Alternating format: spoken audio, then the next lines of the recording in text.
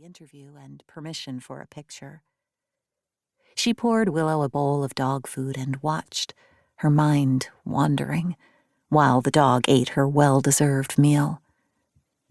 Elsie had consented to the article, but it didn't mean she liked the spotlight.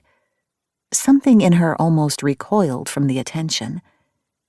It was enough to know that what she did mattered, that she and Willow had helped find someone else who had been lost, because if there was anything Elsie understood, it was being lost. Of course, that had been years ago. Being abandoned on an island many nautical miles away from here, closer to Kodiak Island than Homer, found almost coincidentally because someone had happened to be fishing in a remote area.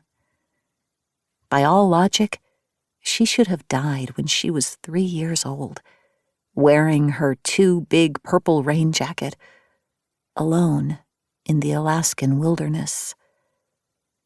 But someone had found her. Maybe that was why Elsie had decided to dedicate her life to rescuing others who were lost.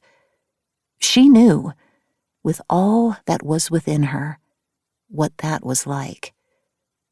If only she understood the concept of being found as easily. Desperate to put her thoughts anywhere besides today's failed rescue mission and her own past, she walked to her bedroom. She'd skipped dinner, but the protein bar she'd eaten earlier had quelled her hunger. Besides, the unease inside her wouldn't let her eat. She could call Lindsay, her best friend since childhood. Lindsay lived on the other side of the bay, where the town was. Most people lived there, though Elsie and a few others had cabins or houses in this more remote area. Her friend had questioned her when she'd decided to buy her small cabin after high school graduation with money she'd saved working in the summers, rather than stay in town.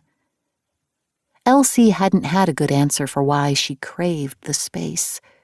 She simply knew that the cabin was the only home she could afford. It had needed significant repairs, but she'd been able to accomplish those over time.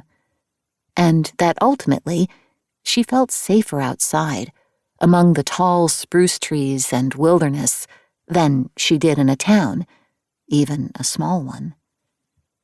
It bothered her in some ways that she felt like this, and she wondered, as she did with most things that she didn't understand, if it was tied to her past, to her time on the remote island, and what had come before. Elsie climbed into bed and reached for the novel that sat on her bedside table. Agatha Christie.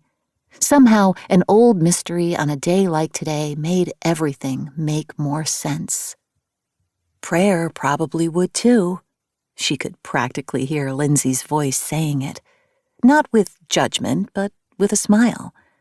A reminder intended to help. After Elsie had been rescued from the island and had been hauled from Children's Services Office to Children's Services Office, she'd gone into foster care in town, Destruction Point, Alaska. The small town was a boat or plane ride from Homer, Alaska, just beyond the town of Seldovia. Her foster parents had lived next door to a family with 2 kids close to Elsie's age, Lindsay, and her insufferable older brother, Wyatt. She'd spent enough time with their family to be exposed to their faith, something that was important to Lindsay and her parents, though maybe not Wyatt.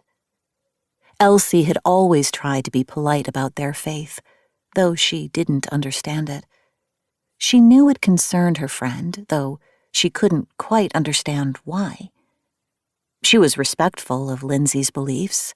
Lindsay never seemed judgmental about it, only sad? Another topic she didn't want to think about tonight. She flipped onto her side and turned the book's pages until she reached her spot. Usually, she could lose herself in a book, but Elsie struggled to focus. Beside her, Willow wasn't as relaxed as usual either, periodically raising her head to look around the room as though she were